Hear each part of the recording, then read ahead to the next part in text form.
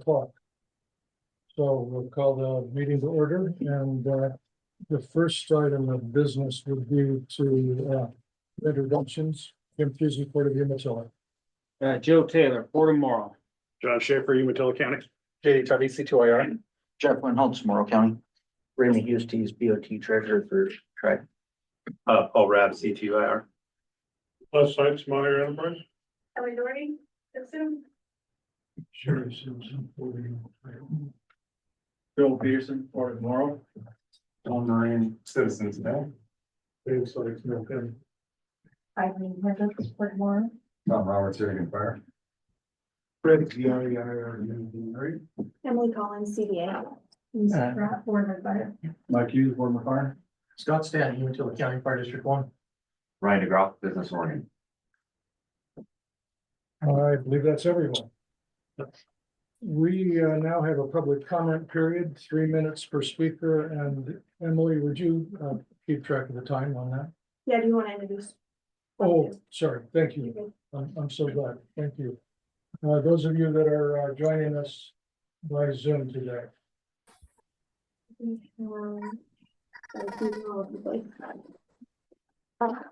have Andy Lindsay, Yep, Andy Lindsay with Anderson Perry and Associates. Aaron Lando, Hi, this is Aaron Landau from the firm of Harang Long. Steve Williams, Yes, Steve Williams from Cleaver Farming. Andrea DeSalvo, Andrea from the Hefner Gazette. Blaine,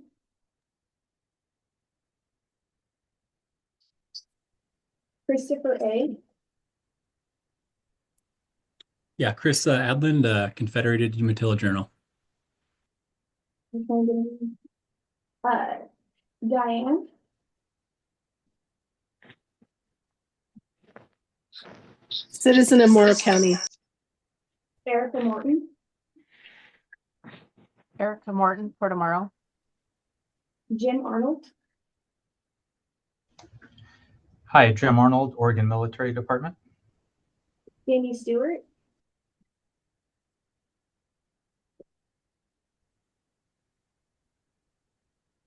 Jim Doherty, Yeah, Jim Doherty, a community member. Jody Deardorff. Hi, Jody Deardorff, Confederated Tribe of the Umatilla Indian Reservation. John Kay, Justin Nelson, Kilkenny, Morrow County resident. Justin Nelson, Morrow County District Attorney. Kayla Baumgartner, Kyla Baumgartner, Rock Solid Sand and Gravel. Lisa M, Hi, Lisa's on the call. Mark Ribich, Good afternoon, Mark Ribich, Umatilla. Rick,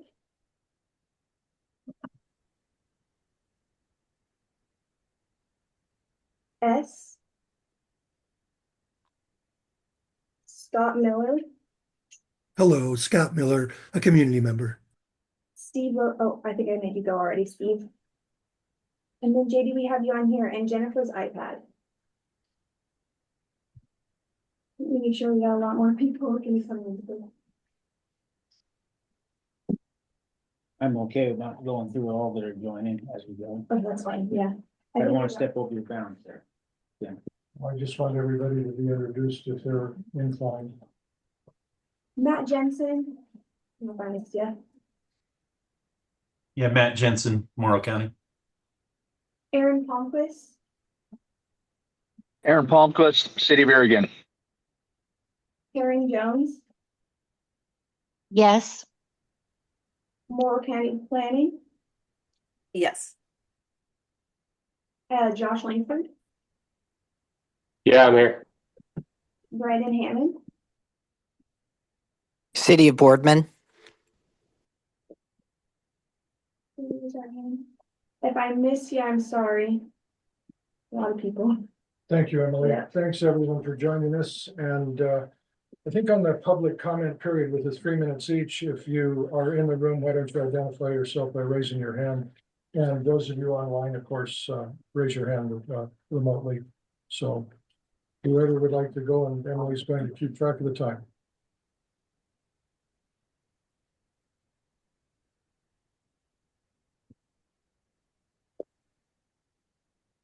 And Barrett, you joined us, so welcome. See anyone waving their hand up there, Emily? I don't. Okay. All right. Consent agenda includes minutes for November 26th, December 11th, and the January 25 statements and so forth. We want to do this all together or one at a time. Do you have a preference? I'm looking for a motion to approve the consent agenda. So I would pull out the December 11th, 2024 minutes for discussion. Okay. December 11, 2024 minutes for discussion. Thanks, Jeff. Go ahead. So I forgot to bring what I printed out, but I believe it's towards the back of it, and it's an executive session. And in there, it says a statement that a decision was made in executive session. I wanted to be sure to reflect that there was no decision made in the executive session. Thank you. Thank you. So noted. Any other comments about the consent agenda before we go ahead?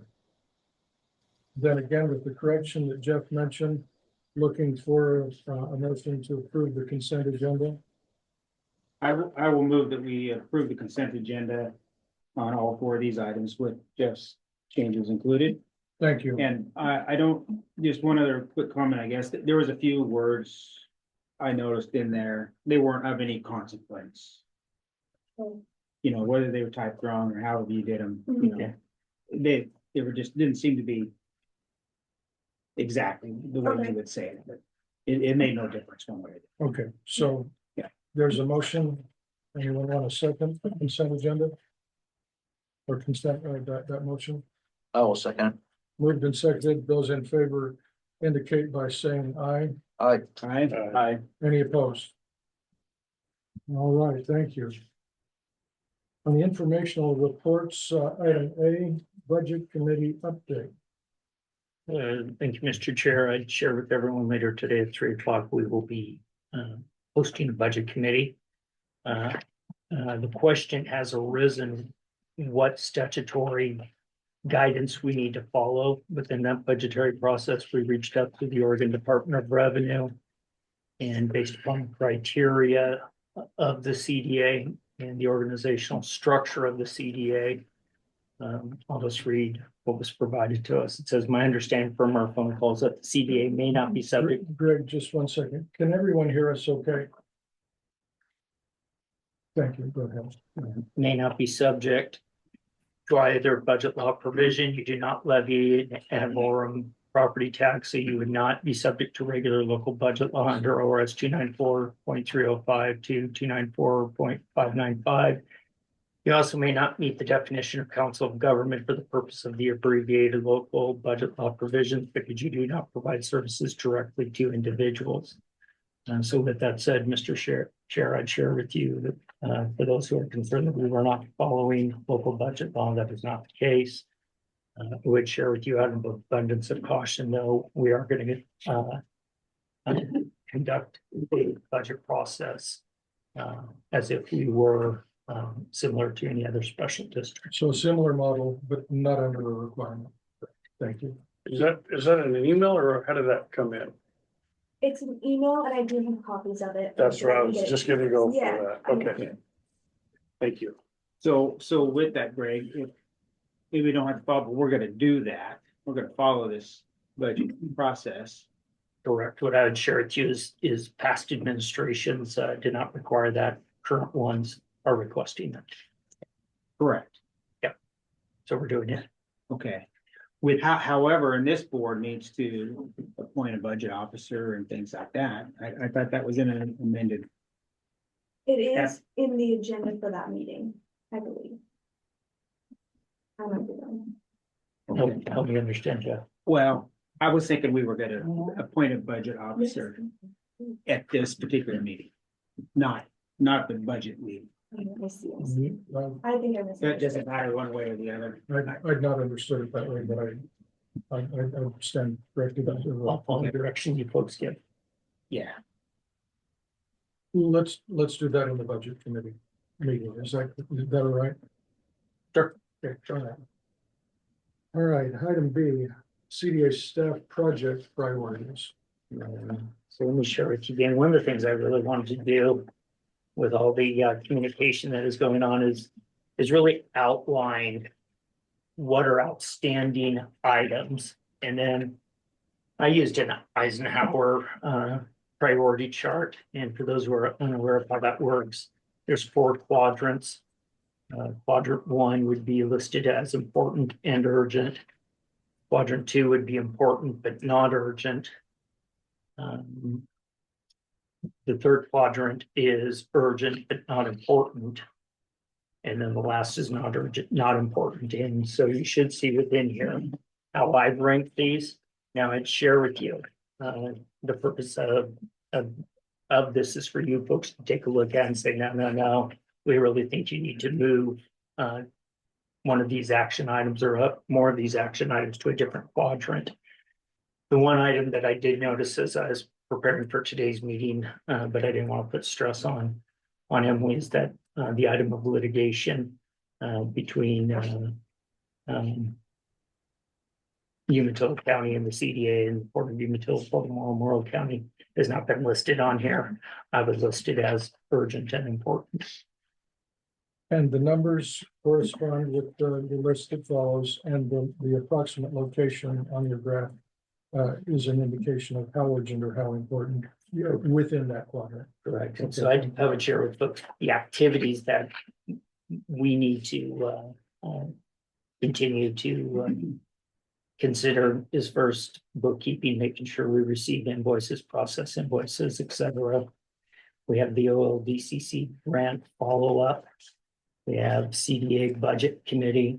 We have new project inquiries, board meetings, the road project, our annual audit, project management, CDA property management, public records requests, design of a streamlined process for converting the existing igloo doors. This was a project that Debbie had been working on, and then we set it aside. Liquidation of items currently stored on depot property. One of the agreements we have with the BRAC is that we would liquidate unnecessary property and use those proceeds for operations. We also then have the final design and recording of the Umatilla Morrow County plats and subdivisions, transfer of land to C2IR, transfer of farm parcel. We have construction of industrial area connector roads, construction of Oregon Trail parking lot, and then 2 other things that really are low on our list now are attending chamber meetings and other public events and marketing and branding for the CDA. These were activities in the past that were being undertaken. And this is not an action item, it's an informational report, and these obviously can move depending on the circumstances we find ourselves in. Daily. Thank you. Yep. Awesome. Any questions, comments, members of the board? Thank you, Greg and Emily. We appreciate you putting that together. Informational report item C, property line adjustment update. Yeah, so I share with you with the help of our attorneys at Schwab, we've submitted all requested documents to Umatilla County to complete the property line adjustment.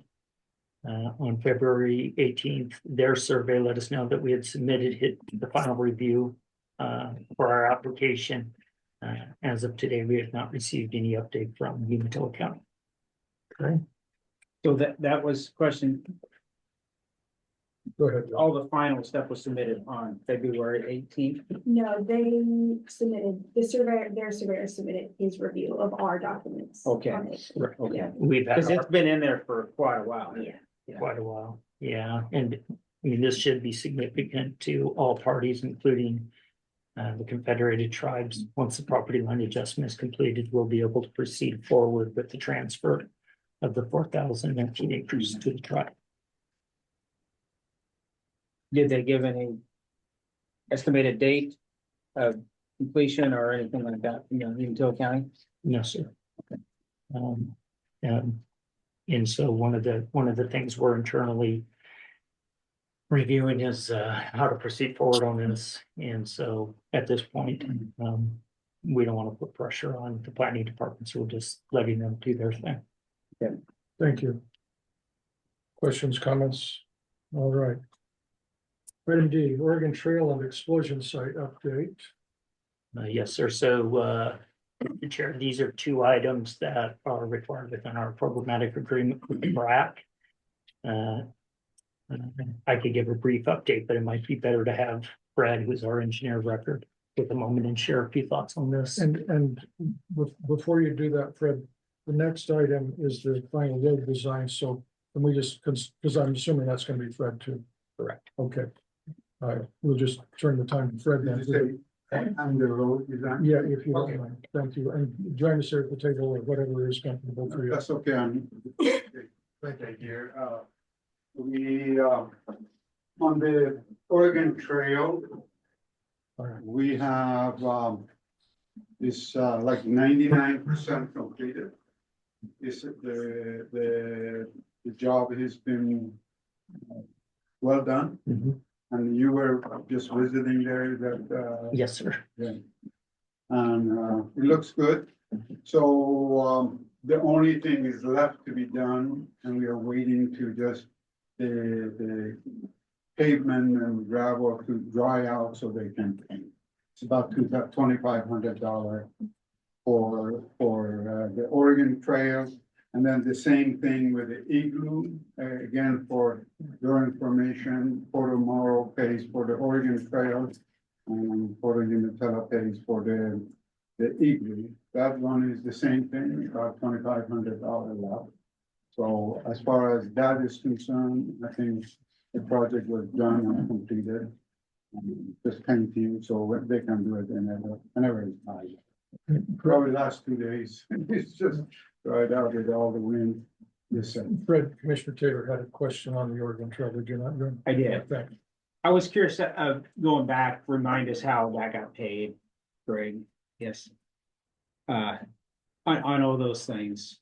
I mean, Fred just said, I can provide the overall picture and maybe, so the total budget for Port Morrow was $234,000.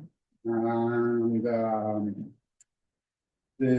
we invoiced 231,000, again, which leaves $2,500 to be completed. As of today, we have not received any payment to our contractor, which is Granite. The igloo side is $235,000. We invoiced $232,500. And the $2,500 left to be done. We have received $185,000 from the Port of Umatilla. So that's where we stand in the budget. And this project again is 12% under what we estimated it to be, so it's done well managed as far as the contractual agreement. how did, Excuse me, Joe. Please go ahead. Can I ask one question? We understood when we received that, we made some phone calls. We're to pay Granite directly, is that not correct? Correct. Thank you. If you have any questions, please call me or Emily and we will work through it. Go ahead. remind me how that got to us to paying for those? Sure. And not five days. Right. Excellent question.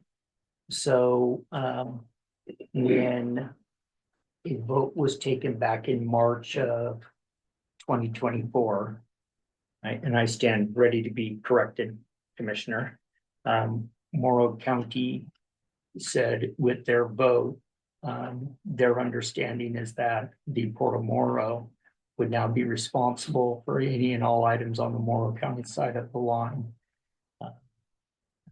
And as part of this understanding, the property would be transferred to the Port of Morrow along with all the rights and responsibilities. Gotcha.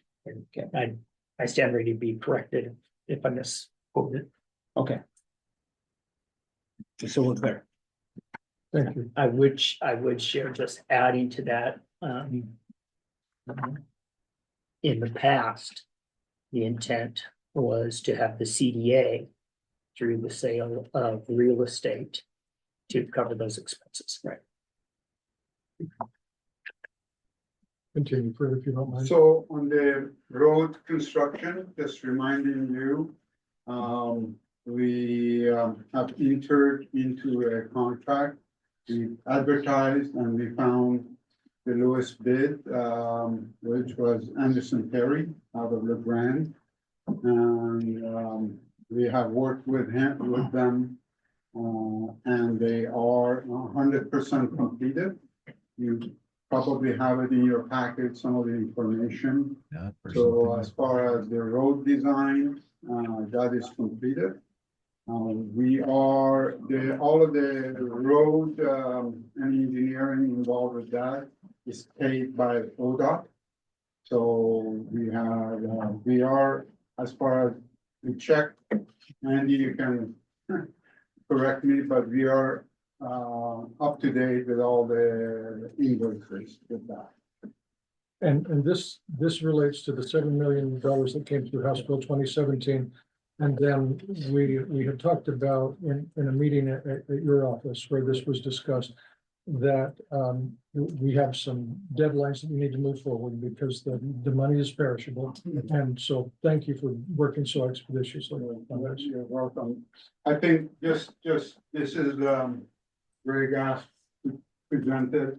Again, it starts, this is every 1,000 feet. This is the way the road comes from the exit one at the I-82 exit, and it goes back, and this is the west end of the county, on the report on the Morrow County.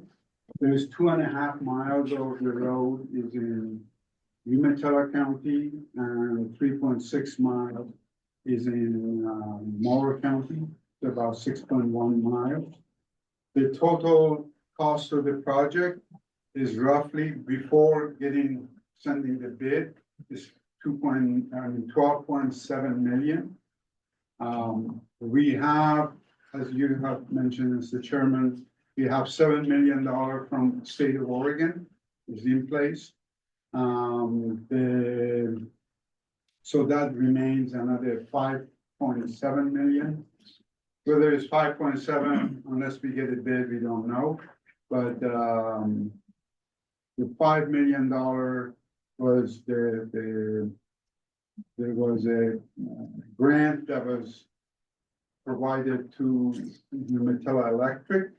We have been working, three of us been working with the Umatilla Electric, and they understand that money can go, is for economic development and infrastructure, basically.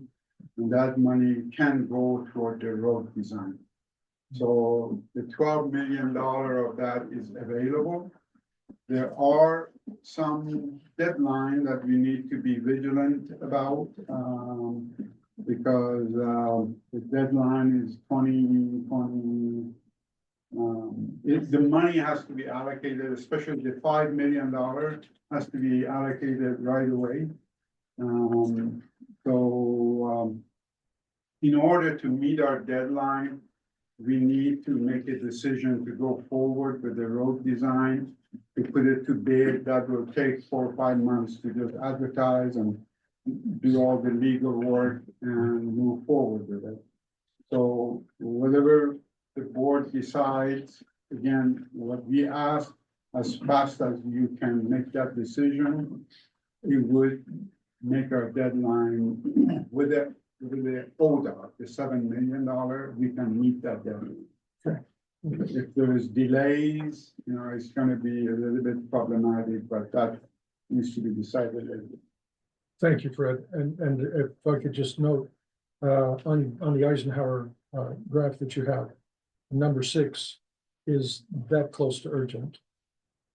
That's correct. And could easily be made urgent. And this is why you mentioned this changes daily. Because as the time goes on, with the perishability of the available funds, we could easily see that move over. Correct, you can see it, but we are prepared when you decided. With our engineers, we will put the contractual to go to bid documents, and all of that is ready to be done. It takes a couple of months to just put that document together. But I think Anderson Perry did a great job working with us. We had we have budgeted, original budget was $605,000 for the engineering to get us to 100,000. And the total cost is approximately 450, so we have about $150,000 under budget. And we appreciated that the work that they've done working with us on making sure we have about over 25% savings in that. Thank you so much, Fred. Questions for Fred? All right. I got a question on that grant, the 7 million. Yeah. Is it managed by anybody or does Fred's organization manage that grant? So House Bill 2017 Yeah. is a project that's being jointly managed by IRZ, Anderson Perry, and the Oregon Department of Transportation. Okay. Yeah. So we were meeting regularly with the Oregon Department of Transportation, making sure we're submitting plans, et cetera. As a matter of fact, the meeting that Kim referenced here a month or so ago was a meeting to ensure that the invoices get paid in a smooth manner. We just wanted to iron all that out. The representative from ODOT was in the meeting. Okay. Oh, I'm sorry. Yeah, but I didn't make that clear. And on going forward, if there's some hiccups or something, is there possibilities to move our deadline? I mean, can you ask for? That's always extensions? negotiable. Yeah. But now is not the time to Correct. exactly ask for that just yet. My understanding, and based on what Fred has presented to us, we're in good shape. We're essentially waiting for the weather to break so that we can get the asphalt plant open, and that, I don't know what date that is and whether it's weather.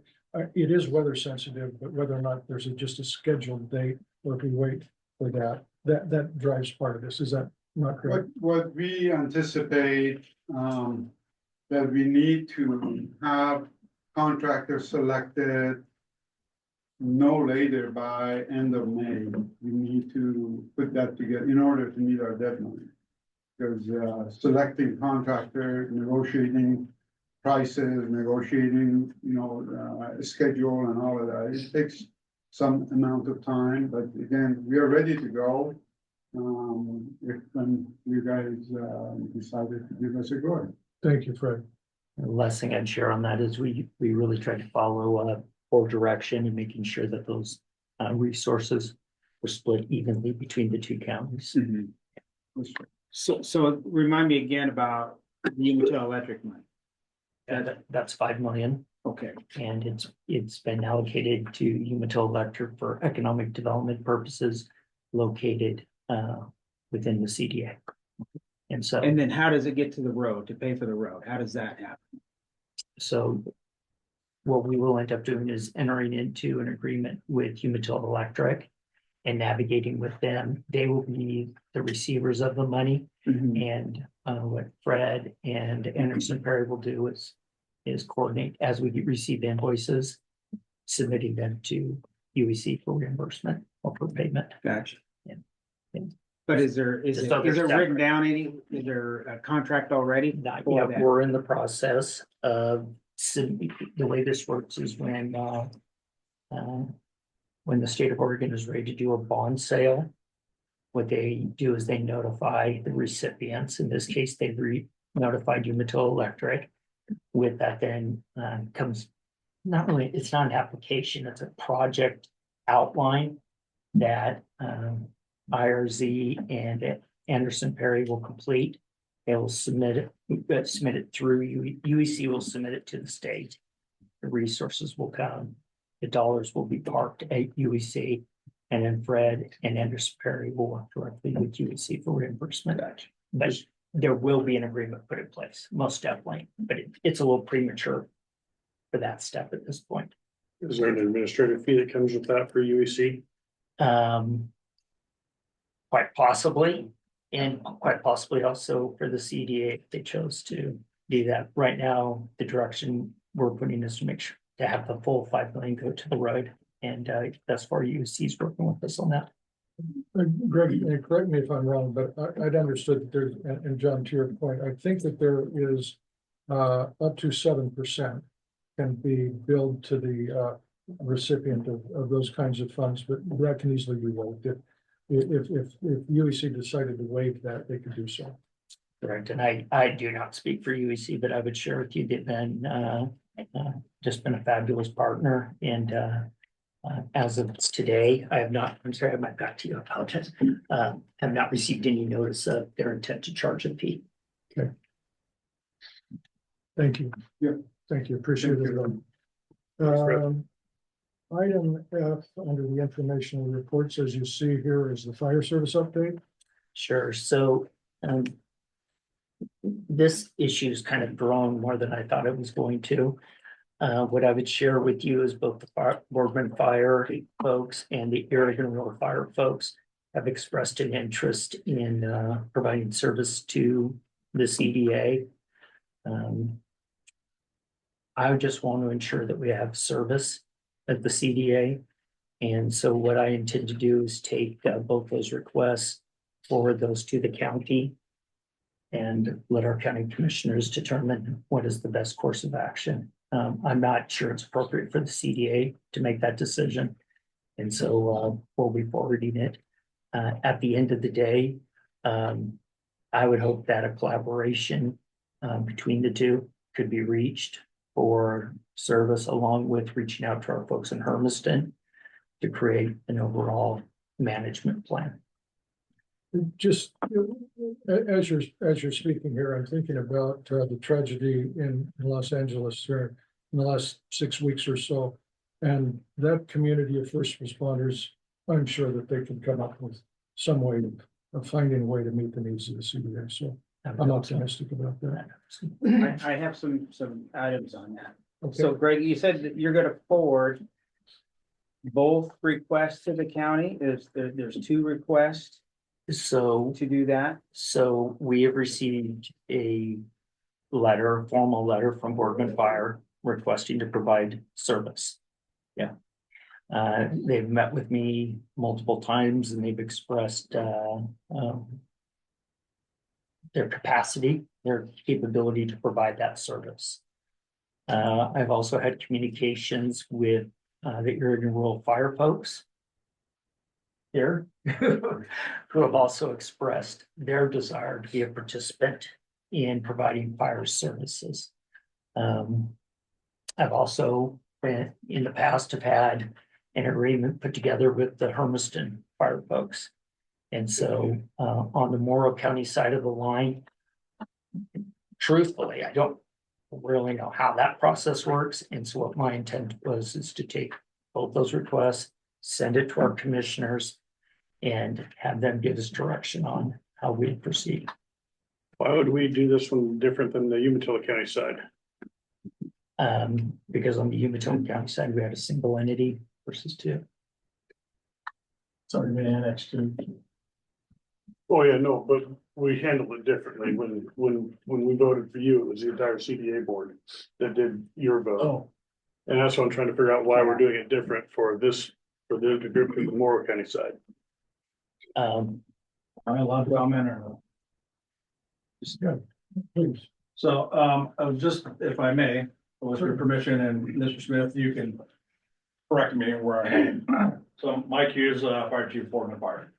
So, originally, the land was offered entirely to Oregon Fire District, and they turned it down, at which point Mr. Smith came to us and asked us to provide fire service for the entirety of the Morrow County side. After which Chief from UCFD1 and myself, the Sheriff's Department, Mr. Smith, and Oregon Military Department came together with a plan to provide service to that area. He and I work in partnership with us because we provide the same level of service. From there, I was giving a contract to and a letter stating that you guys had unanimously voted for us to provide that service for the entire Morrow County side of the CDA. After the contracts were in the process of being signed, Oregon Fire came back and said, actually, we do want to participate. Mr. Smith came to us and said, hey, we'd like to give Oregon the piece that you guys call the EFU, which made sense to me because that's on the north side of the canal and it's in their fire district. So I would have had to go through their fire district to get to that piece of property to provide service. So that was an easy decision for us to make. So contracts were signed by both parties, I believe. Oregon Fire signed a contract for the EFU piece, and I signed a contract for the port industrial piece. Now, again, you know, my district already encompasses this area, that the port industrial is not within, but we're providing service to that area under contract. The contract explicitly says that we will continue to provide service until it's annexed into our district. So once we came to agreement, we came to the county and asked them to annex the land into our district. At that time, there was a new administrator that had just been put in place, a lot of other politics going on, and we were asked to take a backseat, which we did. So once that settled down and the county administrator was comfortable in his position, we went back to him. And at that point, they requested a land description, a legal description, which was provided. And at which time we have asked for this piece of property to be annexed into our fire district at the direction of this board. Now, I'd just like to say there's a vast difference between a full-time organization and a volunteer organization. If the port has consternation about Boardman Fire providing service to the port industrial property, my recommendation as a professional fire chief is a contract with UCFU1. We have the same ISO ratings, we have the same employment model, and quite frankly, we're a little closer. So that would be my recommendation. And that's basically how we got here today. And we're hoping to go before the county and to have the piece that we're contracted for only to be annexed into our district. I'm happy to answer any questions of that. That was stated much more eloquently than I did. Okay. Thank you very much. May I make a So- quick comment? This is Aaron Landau, counsel for Oregon Fire. Please. I don't want to take folks' time too much. My name is Aaron Landau with the firm of Harang Long. We represent Oregon RFPD.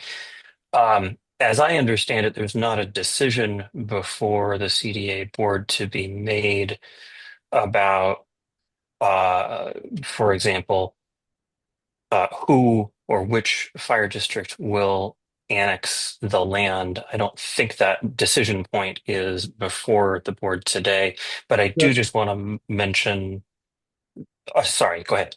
No, Aaron, that's correct.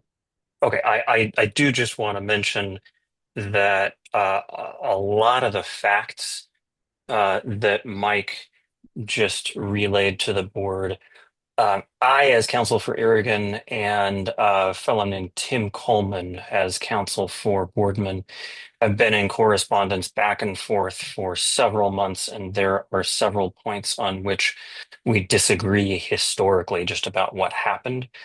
And I don't want to get into any back and forth here. I just don't think that's what we're here to do. But I do just want to flag the issue because there is, there remains some disagreement about what the history looks like. And we have provided some correspondence both to CDA just on, February 14th. Happy to provide that letter to anybody at request that sort of sets out our position as it begins, and we will be proceeding accordingly under one of the annexation statutes under ORS Chapter 478. So I don't want to keep anybody any further, but I wanted to let folks know that there is I think more to the story. And thank you Thank for you, Mayor. allowing me to speak up. Yep, thank you. And a question for, or comment from Yes, Commissioner Taylor. so the Port of Morrow is looking like this. We met yesterday and we had a lot of discussion on this. And we see it as going forward that the port will ultimately be the owner of that property. I mean, that's the way we look at it. And we want to ask this board to not put that forward to the county at this time. Okay. Allow the port as ultimately the final landowner to make that decision of annexation. Mhm. Is the way we want to do that. We're asking this board to Pause. to pause and not put those recommendations forward. I can put that into motion if we need to.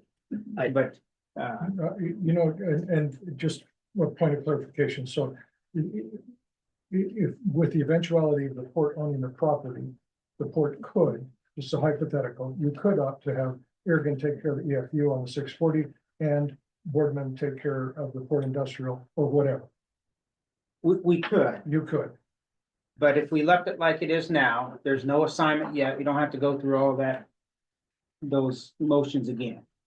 If we just hold on to it for a little longer and then we'll have to do it once, then the port will be able to put that motion into the county of annexation. Bottom line, you'd like to have the autonomy to go ahead and make the decision yourself. That's a better way of saying it, yes. Thank you. Yes. And I would just share with the board, I hear you loud and clear. If that's the direction the board gives, I hear you. This has been work that's been going on for several years. Yes. And so, this isn't something that just arose. I will share with the board, my number one concern is safety and protection on that property. It would take nothing for someone to flick a cigarette, for the railroad to come through, and the next thing you know, we've got thousands of acres lit up. And so I appreciate all the work our fire folks and emergency responders are doing. And I think we feel that we can continue on. I know y'all feel the same way. I just want you to know on my mind, Still service there. that is the It's number the one annexation I have. question. Yep. So, Let's not have this be an action item today, but let's take it under consideration for in the future. Are you okay with that? no, Okay, you'd rather have it be. an action I item. want surety that it's not gonna go to the county commissioners. So here's what I'd share with you. I hear you loud and clear. If that's the direction you folks give me, I have no problem. I'll just push pause. We do have a hand by Justin Nelson. Justin, go ahead. The only question I had was the county has received a petition for annexation signed by the CDA for that. And so the county was moving forward with that since that was one of the only hangups we needed to move forward on the annexation. So we did receive that on February 13th. And so just whatever action you take, for the county side, for us to be processing things, we need to know whether not to move forward with that or not is the only thing I bring up from the county perspective, since we are trying to provide this service and move forward on this, if that's what you wish to do. I just need you folks to give me direction. With that, I think there needs to be more surety that Justin asked for. So I think that takes a motion to do. So the motion would be worded in what way? The motion would be to rescind the current request of the CDA's executive director to annex now and instead wait at a later time. I understand. Yeah. So Because you're sending in the request. Correct? Forwarding the request, yes. Yeah. So if that item, and I didn't find it, if that item was on your grid about projects, you could move that to important, but certainly not urgent at this time because it's gonna have to do with ownership and, you know, Right. additional information and so forth. You folks give me direction and I hear you loud and clear what you're saying. I understand it. I just need two more people to How raise about their if we hands. just- how about if we have a consensus conversation? Joe, I hear what you're saying. I don't have a problem, you know, following what you've suggested here. John, do you want a motion or do you want to be involved in the conversation about consensus or? Well, I'm just kind of going back and forth. I mean, if a letter's been submitted to the county, maybe a motion to rescind would be in order. So what am I looking at? Well, JD? I comments? guess the question is like, what authority submitted the application in the first place? Mhm. Was the motion that submitted it? I believe it was. That's the way it reads. That's what Okay. Justin said. Okay. When did we make that motion? Is that? Yeah, you made it in 2023. In 23. That's why you don't remember. Jeff? Well, I'm fine with pausing and letting the whole lawsuit get settled and the ownership determination be made. So I'm hearing, I hope, correct me, but I'm hearing pause. Okay. Anybody object to pausing? Well, to Joe's point, I think if it was made by motion, I think we might have to pull back the motion. Well, if you're okay with me making a motion right now, I will. Okay, well, I'll move that we move to rescind the current request of the CDA's executive director in forwarding the question of annexation to Morrow County. Put that on hold for now. Second that motion. Moved and seconded. Those in favor indicate by saying aye. Aye. Any opposed? Motion carries. Justin will be in contact with you immediately. Okay, you've got your direction. Great. Thank you so much. Thank you very much. Thanks for the conversation with each of you. We now move to item G, the OLDCC Office of Local Defense Community Cooperation, not corporation, cooperation, grant update. And the sub item there is the letter. So Greg, I'll turn that to you. You got in your packet is a letter we received from the OLDCC. We received this letter on Friday, February 21st. After receiving the letter, I contacted the BRAC.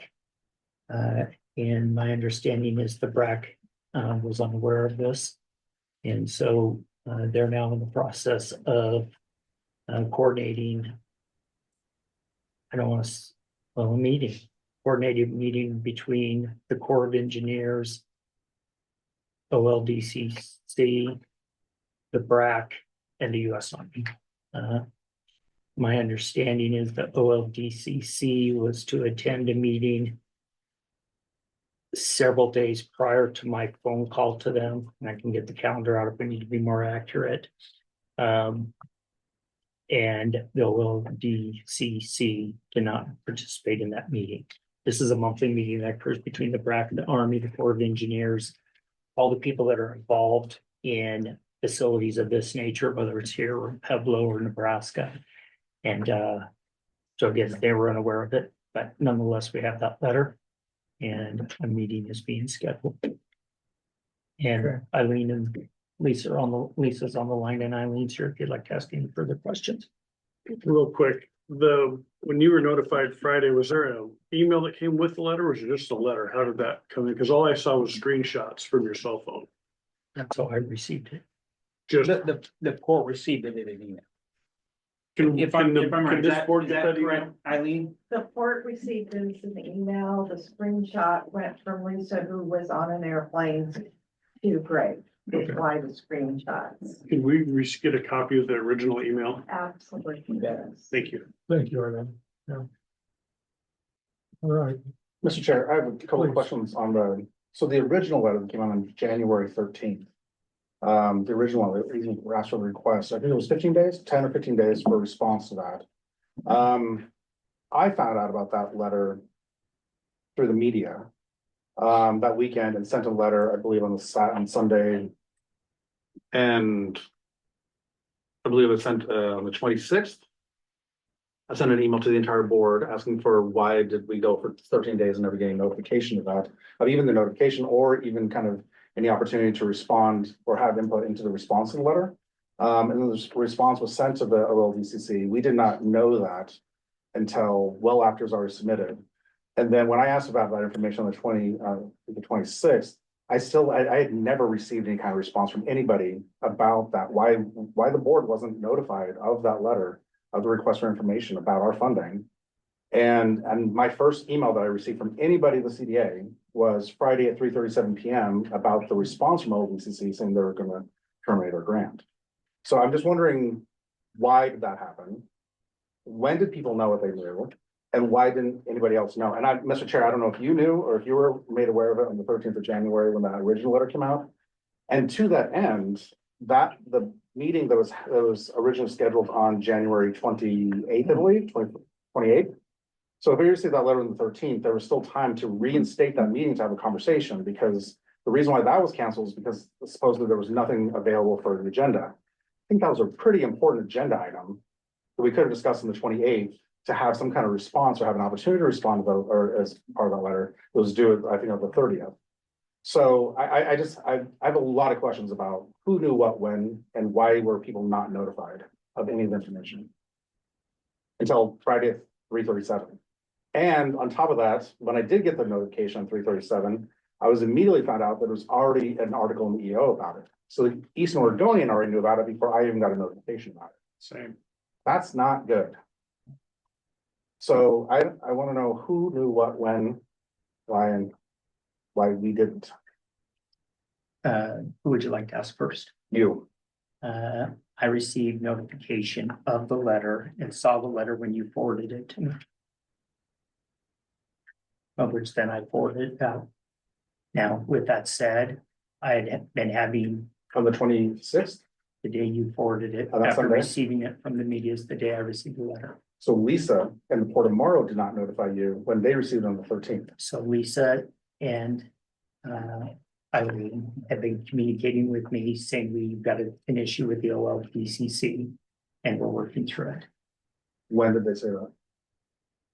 So that- So the first time you actually saw the letter from OLBCC is when I sent it to you? That's correct.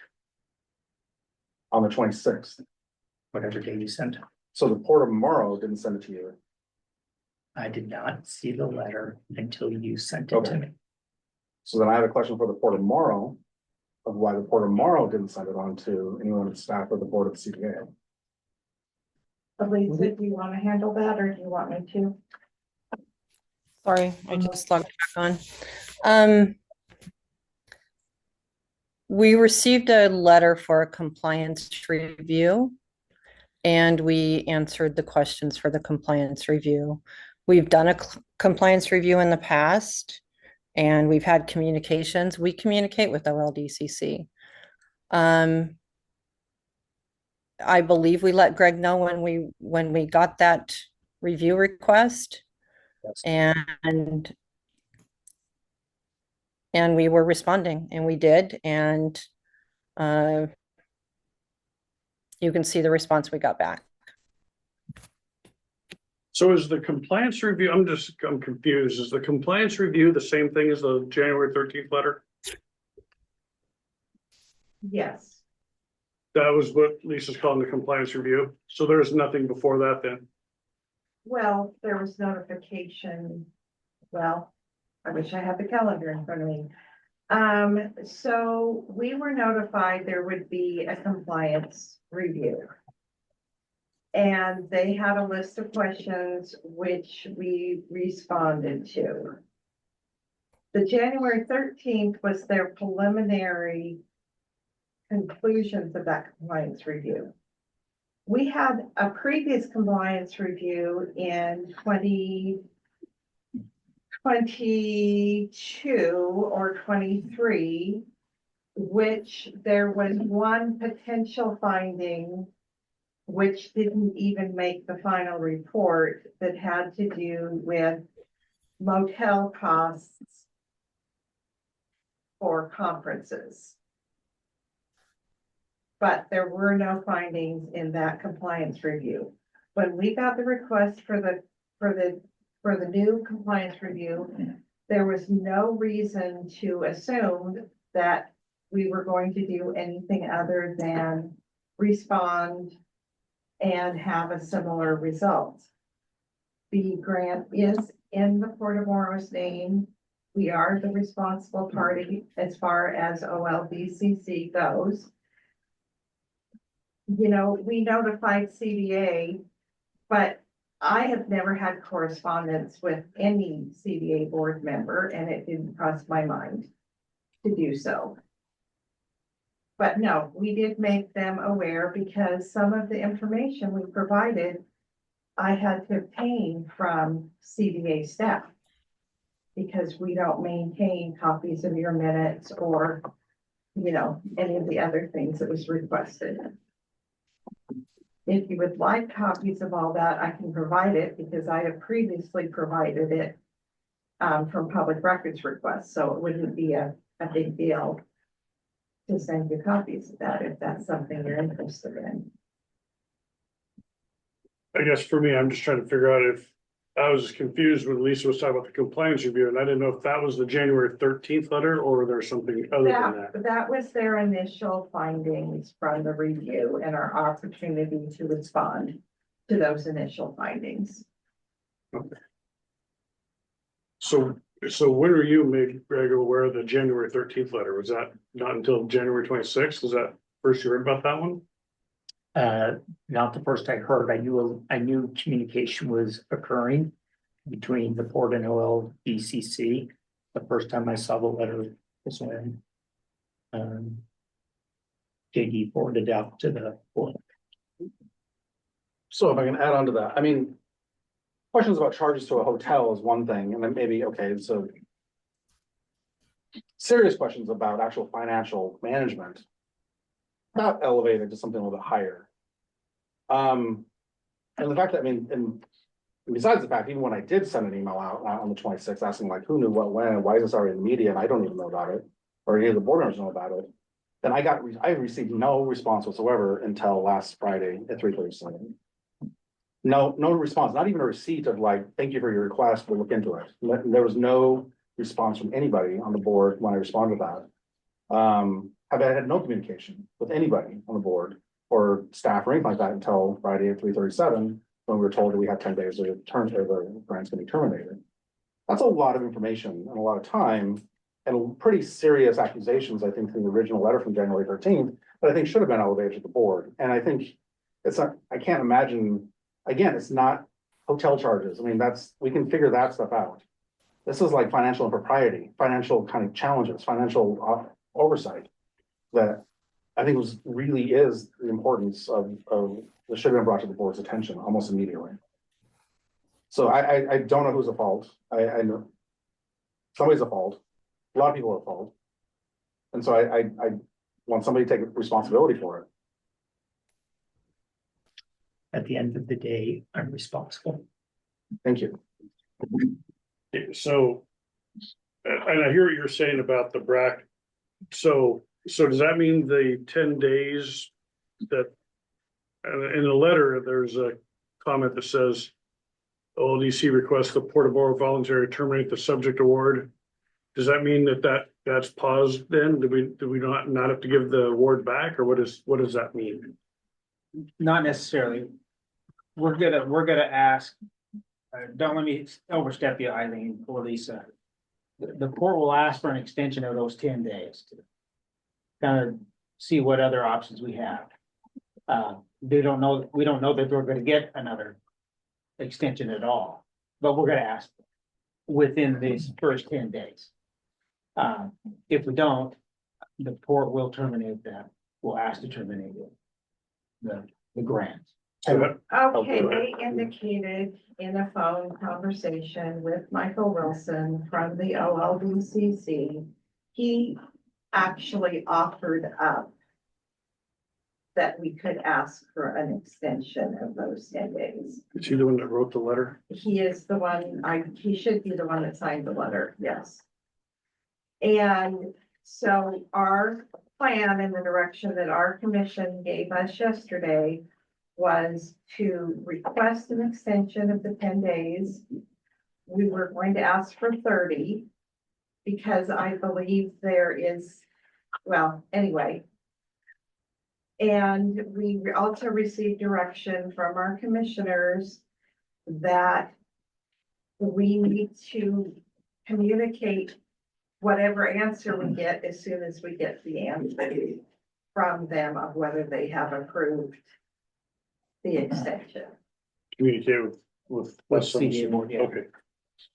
And has that request already been made? I don't- It has not gone out, no. I have to get Lisa's signature, she's not here right now. Okay. But we will make that. I would assume by tomorrow.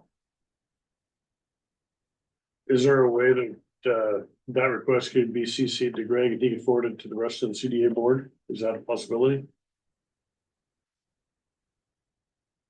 I'm trying to look at Eileen over the seat. The full chair. I don't see any reason why we could not do that. And then we'd be able to see the answer as soon as the port received it as well. I believe so. I don't see why not either. Can I ask? To do what during the extension? What is the request for the extension to do?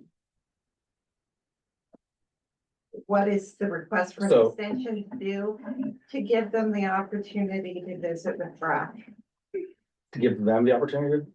to give the grant keys. Yeah, Lisa and Joe, who will be in Washington DC the week after next. The opportunity to visit directly with Brack. so maybe there's some other options we have other than just this direct letter. Mhm. You know, one of the potentials is if the Port of Morrow is now the bad guy, perhaps one of the other partners can step in and I don't know if that's a possibility. Well, sir, that's my point, is because, I mean, we're still ultimately responsible for it, because you, the Port of Morrow, you know, as a partner also is kind of I don't know what the contract of the agreement is, to be act as the fiscal agent. You're acting on a behalf. And so as a contractor, service provider to the CDA.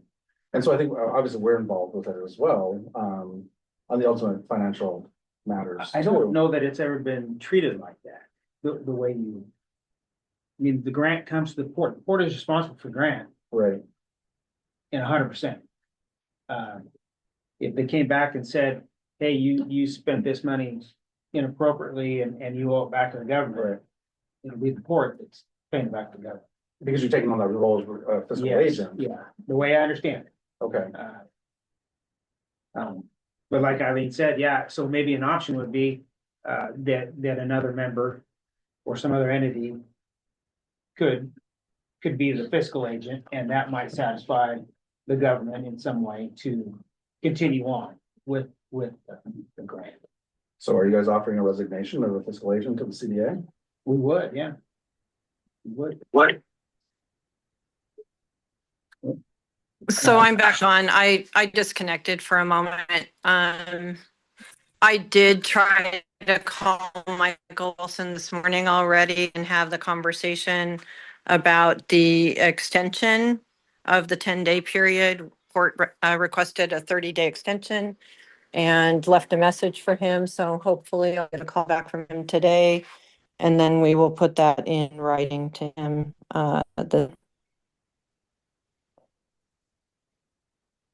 Yeah, well, I think we might have lost her again. She was a little fuzzy there for a little bit. So, I'm so sorry. okay, you're back. I left a, okay, I left a message for Michael Wilson this morning to give me a call back, and we will be asking for the 30-day extension that the port requested yesterday in our meeting. He did indicate to us over the phone that he thought it was very reasonable to ask for an extension. And in this conversation that I have with him, I will float some ideas that we have about other options to manage the grant. So not to change the topics, but I'm kind of curious. I read in one of the newspaper articles that this is due to a change in the administration at the OLDCC, or what was that quote? This, if I want to, maybe not administration, but, the gentleman you talked to, Greg, have you had communication with at OLDCC? Is that correct? In any form, or is it the port? Maybe I misunderstood. Who was previous to this, Mike Wilson? No, Bill, that would Too be a much. project manager, Oh, okay. and this is above that level. Okay, And it has also been, they had put a hold on anyone, asking anything other than the authorized people, which were Lisa and I, and we have never dealt with the preparation of the grant application. That was always done by CDA staff. And they are just saying our grant is with the Port of Morrow. Port of Morrow is all we're gonna talk to right now. And, that's kind of been the circumstances since January 13th.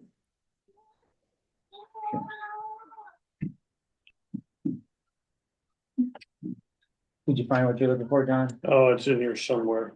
Maybe one of the two reporters in the room could direct me to if it was in their paper or not. It said something about the administration somewhere had changed.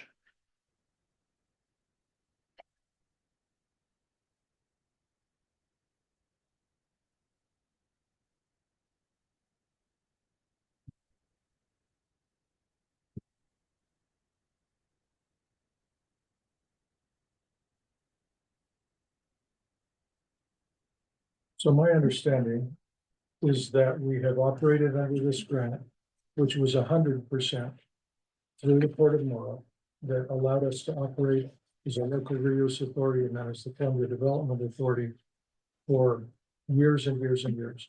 And then we moved to the point where there is a percentage that was in this last calendar year, we moved to 80-20. And you have, Okay, that's not really what happened. okay, I mean, yes and no.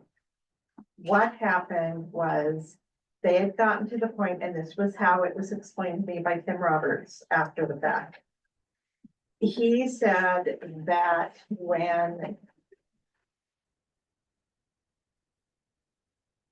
the intent was to start ratcheting it down this year, correct.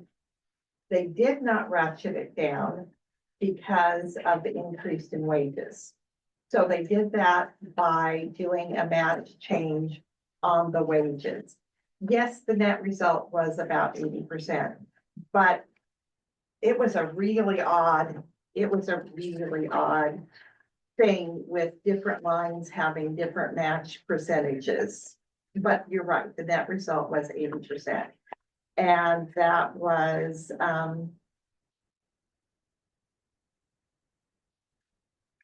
to accommodate the pay increases without increasing the federal share. And that's why we need the time. And so thanks for applying for the time. And then you and Lisa are going to have meetings in Washington, DC. So it's a conversation that can take place with both DRAC and OLDCC. And we'll see. Engineers. And the Corps of Engineers, and see if there is a path forward. And we're hopeful that that can take place. And if that doesn't, then that speaks to part of the conversation we'll be having in the budget meeting, where we have a discussion about resources and requirements. And this may no longer be a resource that is available to the CDA, because the way I had understood the option that the OLDCC was giving to the Port of Morrow is that the port had to cancel the grant, or it would create jeopardy for the receipt of other federal funds. And that is correct. Okay, That is so, correct. so we have the Port of Morrow having done an extraordinary service to the CDA for years. Thank you, Eileen. Joe, Lisa, the other members of your team. We have a conversation that needs to take place. Some of these have happened before, hotel rooms and others, and this will be a conversation with the parties that Greg has mentioned being in the room. There's going to be a result from that. We don't know what that is, but that could be a cancellation of the grant or a restoration with some edits and adjustments and so forth. Then we're able to move forward just as we have been, or we have to come up with a big chunk of money because we no longer have the grant. That's kind of how I understand it. And the court's position is if they aren't going to allow some change, we have to cancel before they cancel. for us. Absolutely. And we will do so. No, and you have to, we understand that. Thank you. Mr. Chair, it sounds like you did minimize what's happened here a little bit. I mean, this is just some pretty serious, I mean, rules change. I mean, if there's compliance issues, I get it. We all work through compliance issues when we work through this, but this isn't. I mean, this is some pretty serious things that we've been bringing up for years. We have an audit that says we haven't had a budget for 2 years. We have an old ECC that's now saying that we're in default and we're about being terminated. These are some serious management things. And ultimately, Port of Morrow's taking on the authority or the fiscal agent. They're taking responsibility for it. They'll try to fix it. I appreciate them for that. But it's also, where's the failure in this too? I mean, there's failure in this. And if Port of Morrow is really to resign the fiscal agent, then I think we should at least consider that. I don't know if we need to go into executive session to consider that and find somebody else who wants to take it on. But the fiscal management of that, and that again relies on Port of Morrow, but still we have an obligation here as a CDA to the region of, proper allocation of funds and utilization of the CDA and to actually develop this. And we have an obligation to our constituents for all this. And so I just want to make that clear that this isn't a small thing. This is $1 million. This is the operating grant. And then just like, oops, we'll just ask all 5 parties to just throw an extra $200,000 into it. It's not a solution to a problem. It's fixing something, but it's not a solution to the actual core cause of the problem. So that's, I kind of put that out as like, I would accept a resignation from Port of Morrow for the fiscal agent if they were willing to do so. And we'll find somebody else. I would recommend one of the counties to take it on. They work with, state laws all the time on fiscal management and I think there's some real solutions here. And I don't know if we need to go into executive session to discuss those. Especially if we're going to be talking about accepting kind of resignations. So I don't know if I put that to you or the other board members, if that's something we think we need to do. Thank you. And what I'd prefer that we do is give the Port of Morrow the opportunity to follow out the process, have the meetings in Washington, DC, come back, return a report with what transpired there. So, and for whatever reason, whether my tone or not, I acknowledge this is not a small thing. Right. It's enormous. So thank you, JD.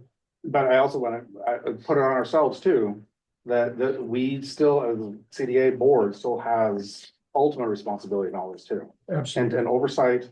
I mean, I was accused of being mean for asking about budgets for 2 years. I mean, and we have an audit that says we haven't had a budget for 2 years. We're in non-compliance with the state of Oregon. We're now in non-compliance with the whole ECC. There are some serious management issues here with the CDA that we need to address that I don't see anyone moving on to address. Can I pipe in for a minute? Can you hear me again? Yes, we can. Okay. Thank you, Lisa. And I know Eileen's in the room. She can answer this much better than I can. But the grant budget runs through the Port of Morrow, JD. That is in our budget. So the grant portion of funding to the CDA is in the Port of Morrow's budget, as reported and audited every single year. And I think I heard Greg say that he got a letter from Department of Revenue saying that there was not a subject, the CDA was not subject to the local budget law requirement on the other funds. Is that correct? Yeah, Lisa, this is Greg. We have followed the process that was provided to us and is in accordance with ORS's. But JD, not But our, not to but our audit, not we haven't, J- we haven't an approved audit that says we have not had a budget for year ending in 24, nor a budget ending for 25. And this is something come up in the June 20th, 23rd meeting too, was that the CDA, the OLDCC grant budget is not the organization CDA budget. Okay. Those are not the same thing. And so I'm talking about, those are two different things. One's the OLDCC budget and the other one's the CDA budget. We do not have a CDA budget as of right now and have not had one for 2 years. And we have a Right. finding in an audit that states that. Okay, just Yeah. for a minute on the audit comment. I spoke to your auditor Mhm. and she told me I was wrong. It was this other section. I called the state, they were wishy-washy. Okay, 2 months go by and I get another call from the state. And they've been talking. And they believe that maybe we're not a council of governments, hence Greg's letter that says. It was an incorrect finding in your audit report, I guess is what I'm saying. No, there wasn't an audit. I mean, there wasn't a budget. Yes, it would be good business practice. Yes, if you want one, you can certainly do it. But there is no legal requirement for CDA to follow the public budget process. And if you don't have a copy of that email, I'm sure that will be forwarded to you later today as well. The other thing I will say, and it's not my place to say it, but I'm going to say it anyway. I guarantee you that as soon as this gets resolved, we will resign as fiscal agent. I just don't think it's appropriate to do it today. And JD, it's not to discount the fact that the CDA board needs to have a budget. It just isn't a budget that has to go through the special districts Oregon budget process. And the grant is going to be with whoever's budget, whatever entity is the fiscal agent. But it doesn't mean that you shouldn't have an operating budget. I completely agree with that. Right, because obviously it's led to confusion that Yeah. our OLDCC grants was a budget and it wasn't a budget for the CDA. And it must have been confusing on your auditor's part too, to not realize that the grant ran through our budget. Maybe she didn't know that. I don't know. Oh, no, she did. Okay. We had more than one conversation on the subject. Okay. No, she just felt very strongly that they fit underneath the council of governments. Okay, let's move on. Thank you, Lisa. Thank Yes. you, Eileen. We appreciate it. So Joe. I'm not gonna let you go just yet. Yeah, so with Eileen's information and JD's questions about fiscal agent. I agree with Eileen, that's a little bit down the road. Let's get a few more information and stuff.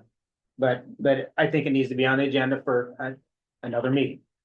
The next meeting, we'll continue that conversation. Absolutely. Thank you, Joe. So please add it to that agenda. Yep. Real quick, Tim, I'll just get two quick things. I found in the newspaper article, it refers a quote to you. And it says, Smith said, then he said the OLDCC has known he was a state representative, but recent changeover in the office has brought in new personnel and attitudes. That's what I was talking about, that in the letter you sent to me, where it says the OLDC project manager has been transferred to another division, was not even consulted about the recent decision to withdraw the grant. So I didn't know if that had anything to do with this or not, or what was if that was part of it. I tried to hook those two together, but Eileen pointed out that the project manager was a separate thing. That's where my connection was. Okay, so this is separate than this. I'm not too sure about that, but. Okay. Did you want to add on to that, Eileen? Did I say that wrong? No, that's fine. And I didn't write the article and frankly, I only read it once because I didn't want to read it again. But it is true that the project manager has been resigned. I don't know if it's a different division. I just know that he is no longer the project manager on the. So is that Michael Wilson? Or- No, Michael Wilson is the deputy director over compliance for the whole department. And I think that's what his signature on the letter says, which I guess you can't read in your screenshot, but you'll see his title. No, we never worked with Michael Wilson. We initially worked with a man called Rick Zoolander. And when he retired, it was assigned to Tim Roberts. Again, I didn't do any of the direct conversations with them. Until recently, I didn't even know Tim Roberts had a Southern accent. But I did talk to him a few times before he was reassigned.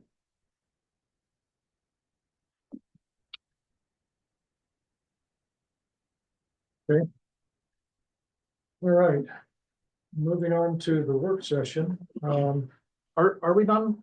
Mr. Chair, I don't know, maybe we are, this just seems.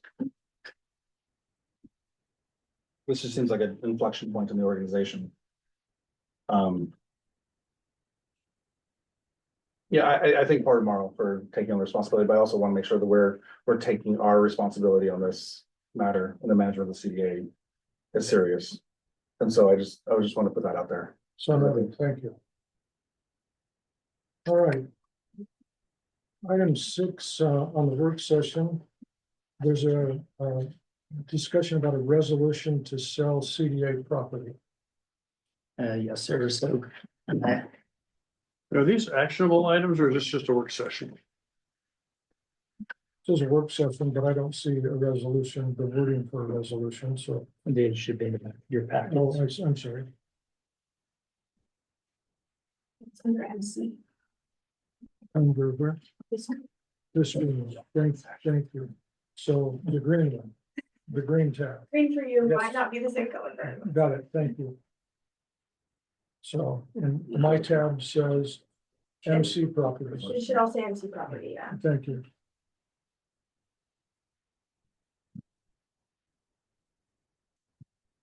Are you ready, Mr. Chair?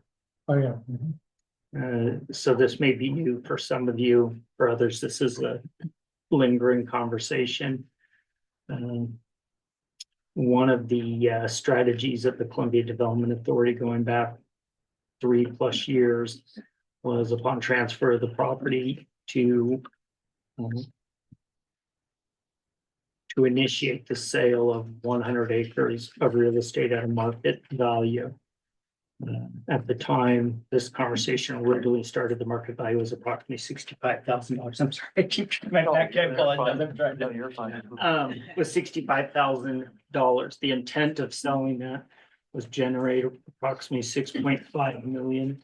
That would allow the port to the CDA to cash flow its operations and to reimburse members for the expenses that they've incurred, and with the goal of eliminating the financial contribution of each measure.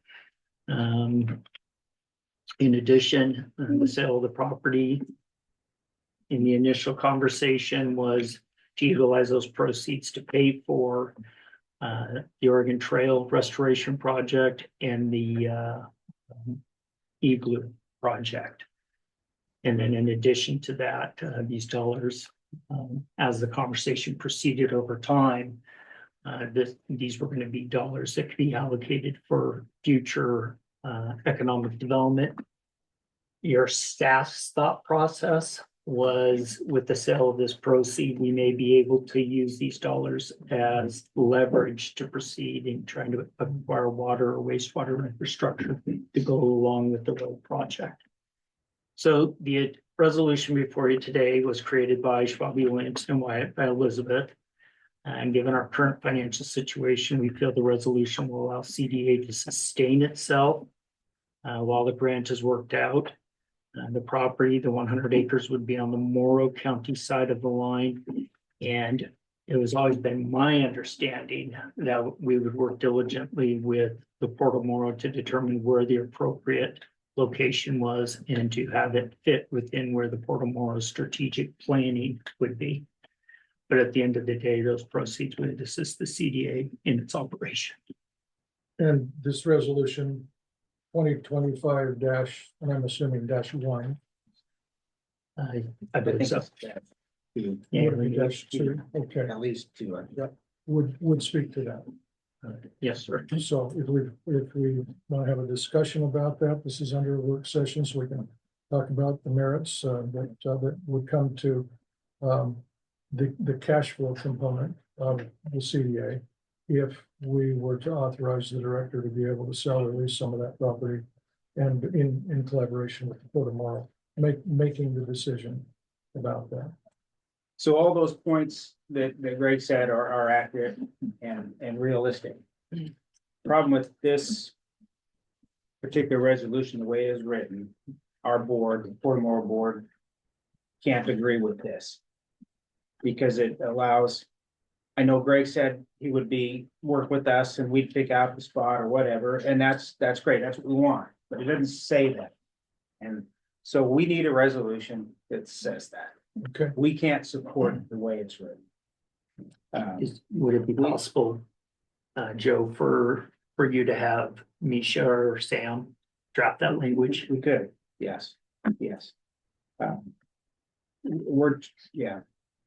what we decided the other day, and we would like to change this resolution, so it states that the board, in conjunction with CDA, will pick those spots. That seems perfectly Give reasonable. the details. Yeah. And this has been a conversation that I've been having for a long period of time with Lisa to determine, what is the best strategic approach to this property sale. I think, and I don't speak for Lisa, I'll let her jump in, but I think if it's done correctly, it could actually stimulate additional economic development opportunities. Yeah, I think it's great. So thank you, Joe. Thank you, Greg. Mr. Chair, go ahead, Lisa. Go ahead, Lisa. Can I pop in for a minute? Thank you very much.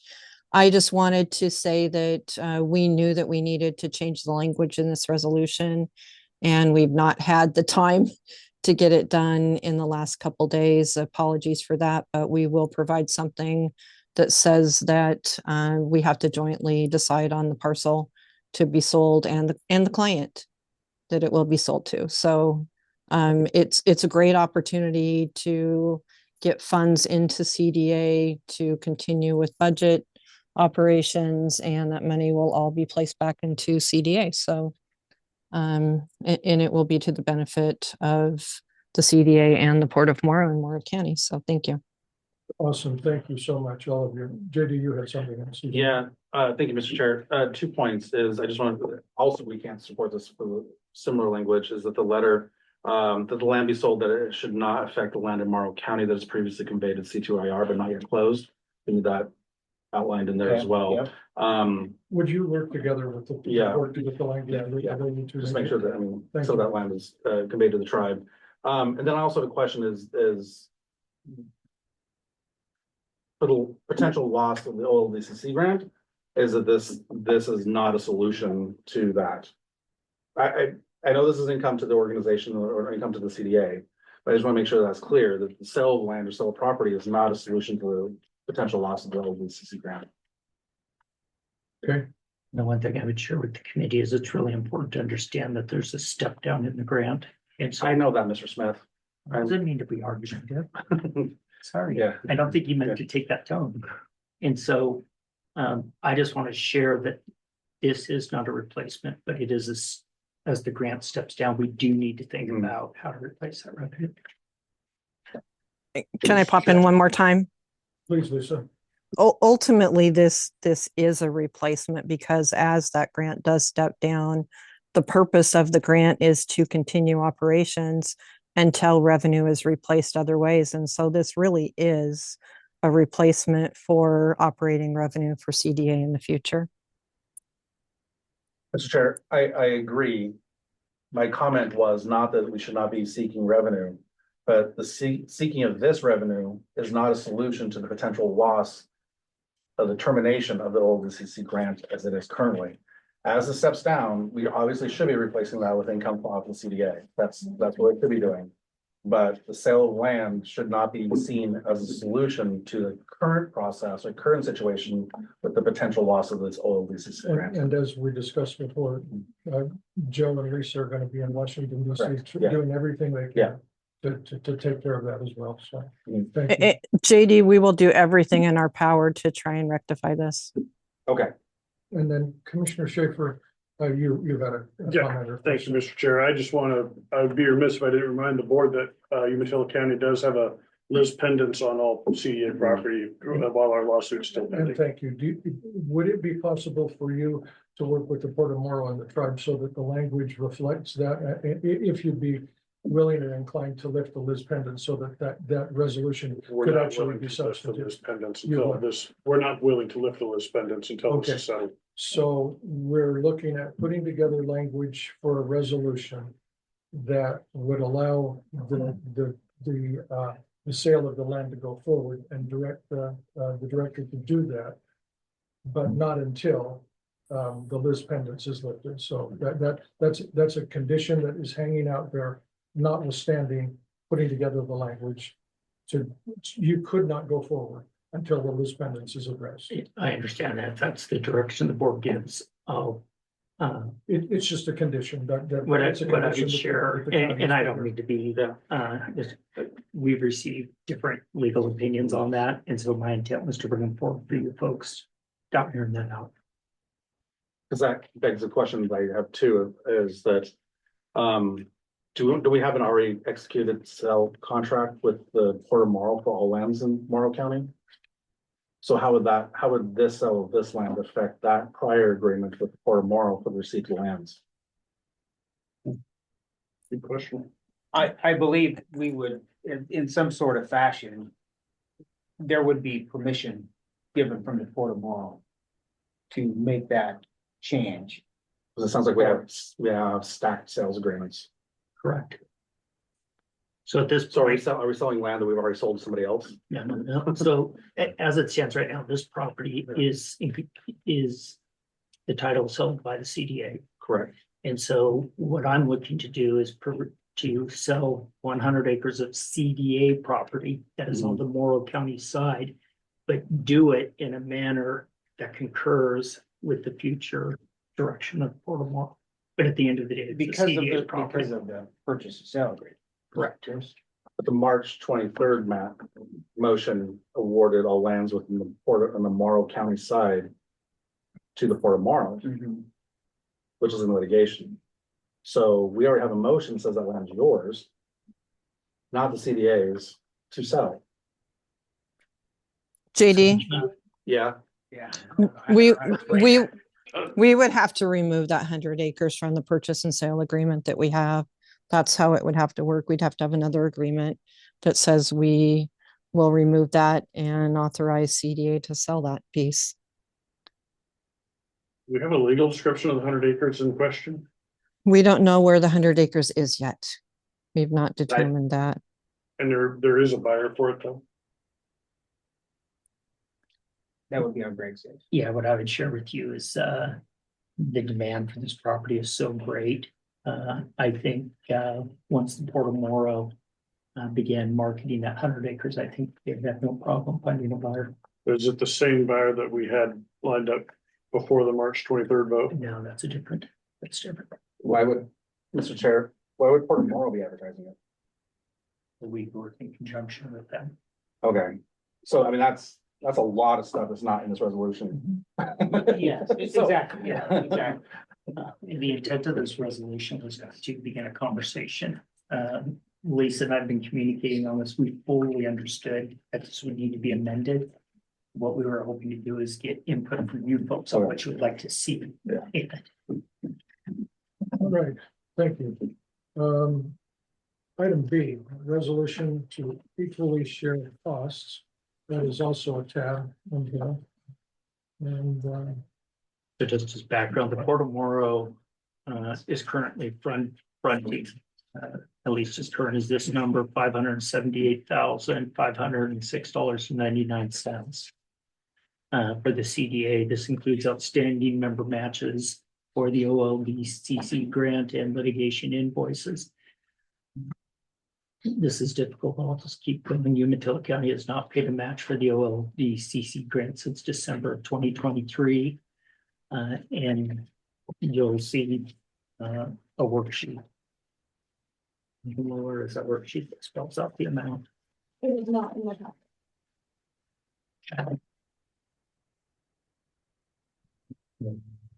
Do I have that? Yeah. Yeah.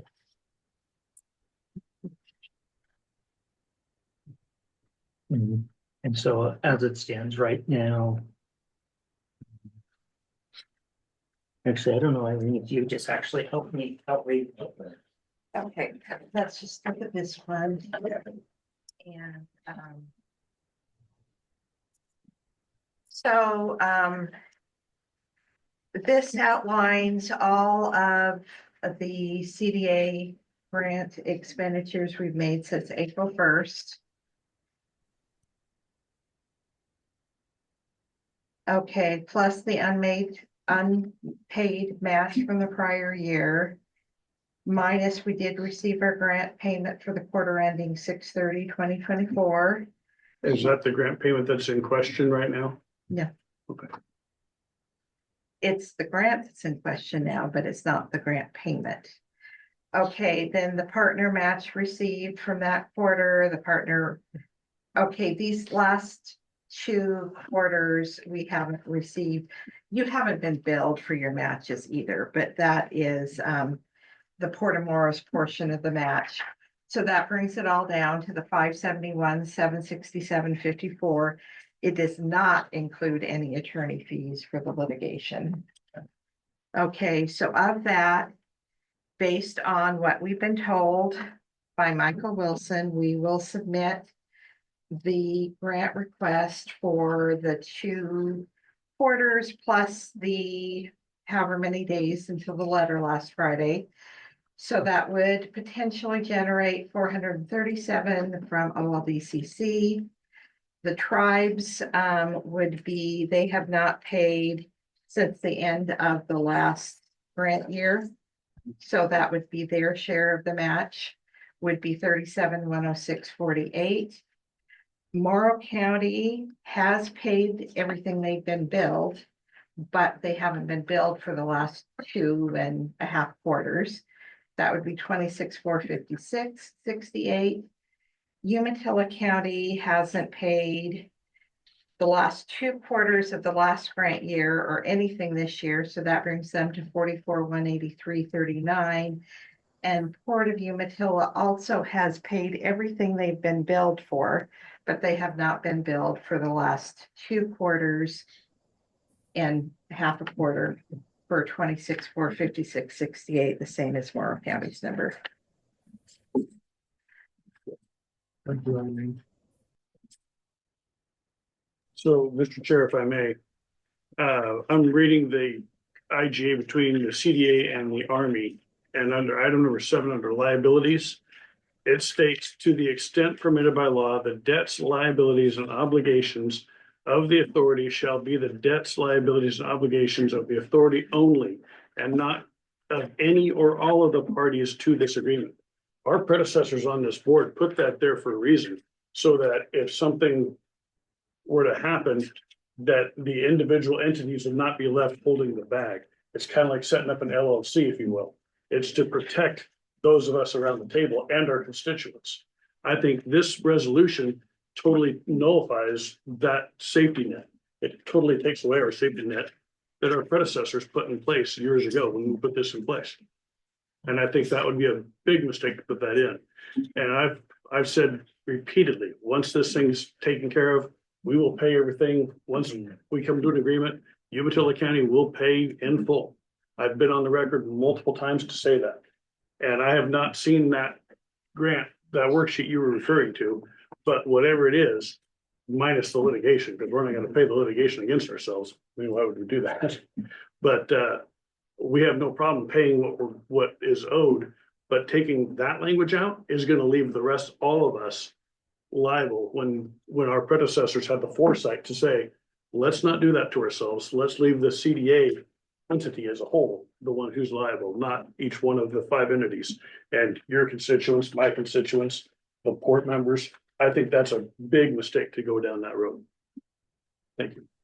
Thank you. I don't quite understand all that legal jargon. Yeah. Go here. I read it, yeah, I've reread it, so explain to me how that keeps everybody paying. Does it keep everybody paying, or does it allow everybody not to if you would get out of whack? I'm just gonna use this as an example. If the Army finally said, you know what? You're cut off, we're not paying you anymore from this time forward, and we're gonna go back and claw back X amount of dollars. This protects us. It protects the port, your port, my county, your county, and the tribes. That language protects all of us from something catastrophic from occurring, whatever that event may be. But if we remove that language with this resolution, guess what? You just put all of your constituents on the hook for that liability. And I think that would be a huge mistake, one that our predecessors had the foresight to say, don't do this, add this in here. Okay, thanks, John.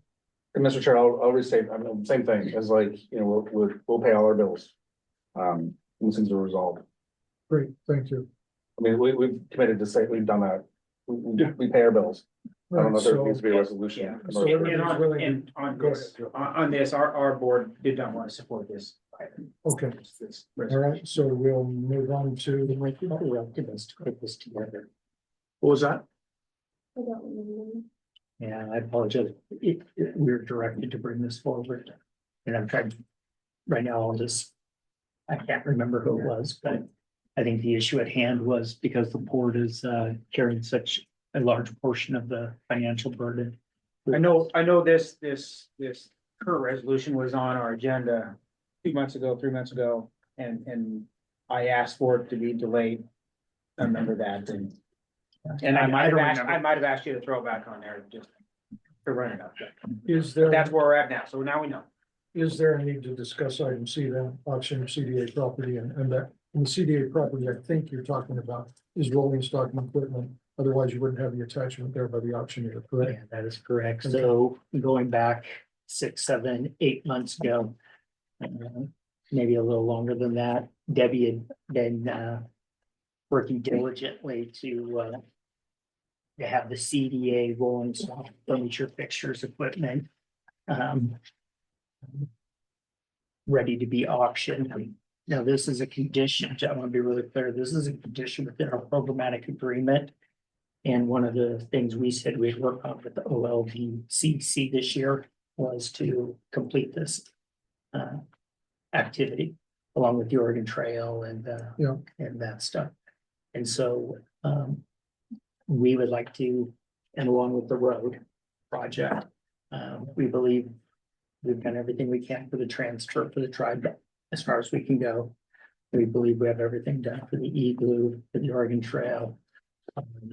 Now we'd like to make sure we complete this action and get the proceeds obviously being used for cash flow for the CDA.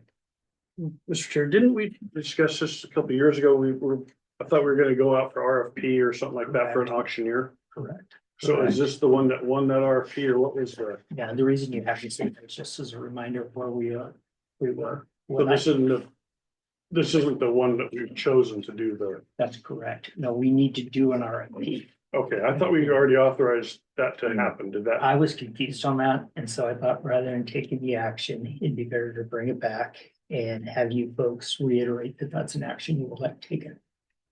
Okay, well, so it's in the record then. I will make a motion that we go out for an RFP to sell the CDA's rolling stock, fixtures, excess equipment. The motion, are you making a motion on this resolution that is in here? No. Okay. I thought we're on. You folks have, I want to be clear, you have taken action. I just want to have you reiterate that this is what you're. So there isn't a resolution. I don't believe you need one. Auction the CDA. Yeah, okay, got it. Thanks for the correction. Just All right. in this environment, I wanted to make sure. we're all on the So same page. your motion would be to go. To go for an RFP. And to get those items on the auction block. Correct. Okay, And allow Greg to send that out. all right, great. Been moved that we authorize the director to go out and to put together an RFP to sell some of this existing property. Is there a second? I'll second. Moved and seconded. Those in favor indicate by saying aye. Aye. Any opposed? Motion passes unanimously. Thank you, Joe. All right. Yes,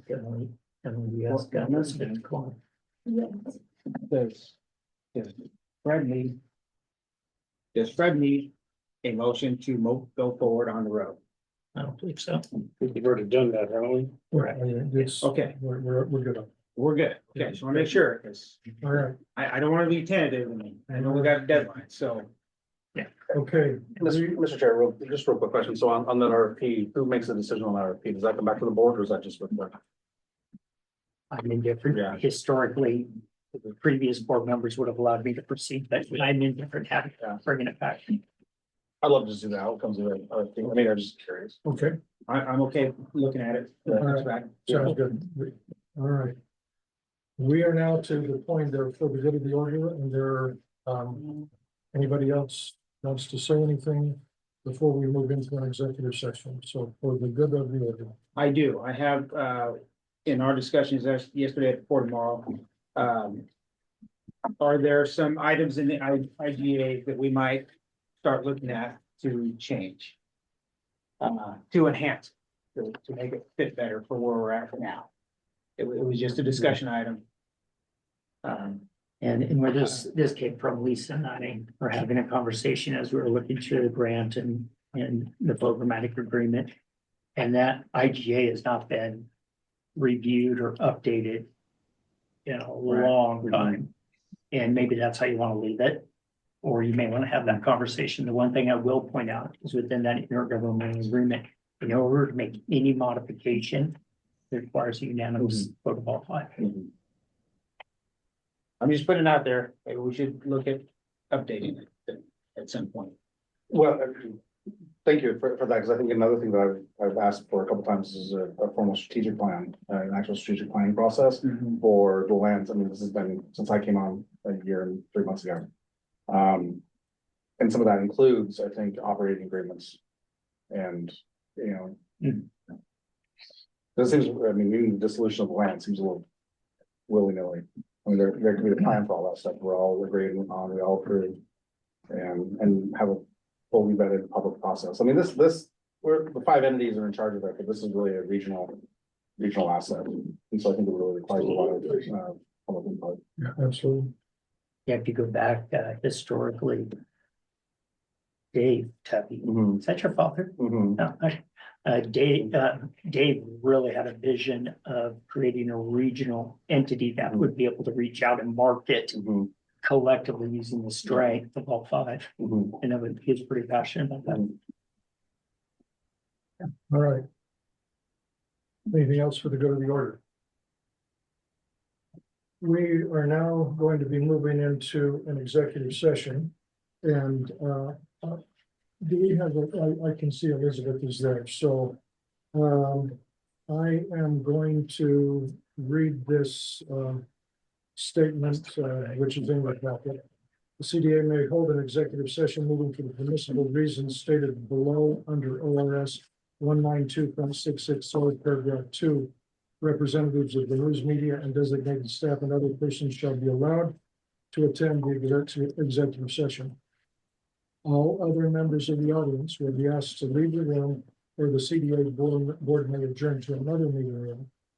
The public virtual Zoom meeting link will be closed during the executive session, as permissible executive session meetings are not subject to HB 2560. Representatives of the news media are specifically directed not to report on any of the deliberations during the executive session, except to state the general subject of the session as previously announced. No decision will be made in this executive session. At the end of the executive session, we will return to open session and welcome the audience back into the room in person and open the public virtual Zoom meeting event again. And this is consultation with legal counsel, and this is how that is stated.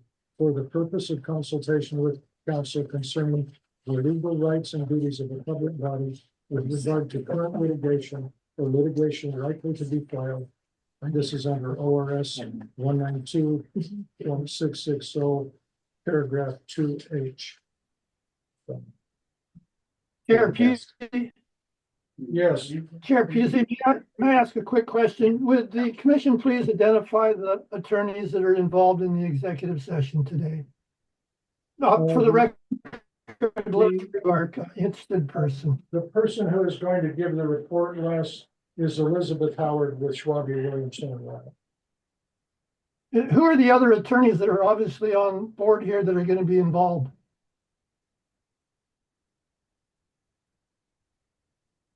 Well, we gotta get rid of the Zoom first. So this is great. Well, actually, Chair Pusey, what I'm actually asking is, who are they representing? Who are their clients? Their clients are the Columbia Development Authority, and we have attorneys here from Baron Liebman. So the only entities being represented in the session today will be the CDA? Correct. You might want to talk about. To open session of our previous board meeting, and we have one item to address before we adjourn and move into the budget. And I'm looking at our friend JD. Okay. I'd like to make a motion for a special district association of Oregon to take over the defense of the tort claim submitted by Mr. Smith. I will second that. Been moved and seconded, and you heard the language. Those in favor indicate by saying aye. Aye. Aye. Any opposed? Motion carries. I need to take a break. So. Chair Pusey, are you okay if I jump off too? Yeah, that's fine. Thank you. We're done. However you want to start. Yeah, so Okay. did you adjourn this? This meeting is adjourned. Okay, Thanks. give us a 5-minute break. And then you can be back. At least, yeah, I'll be back in just a second.